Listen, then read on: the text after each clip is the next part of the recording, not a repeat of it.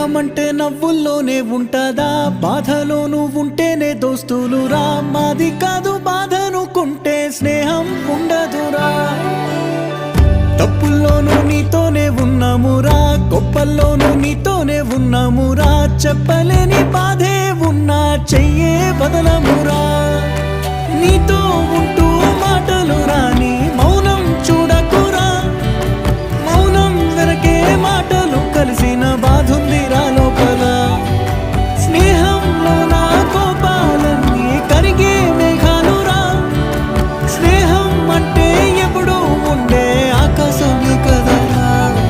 అల్లుకున్న తీగతో కలుసుకున్న కులం, స్నేహమన్న మాటలో ముచ్చటైన ముకురం.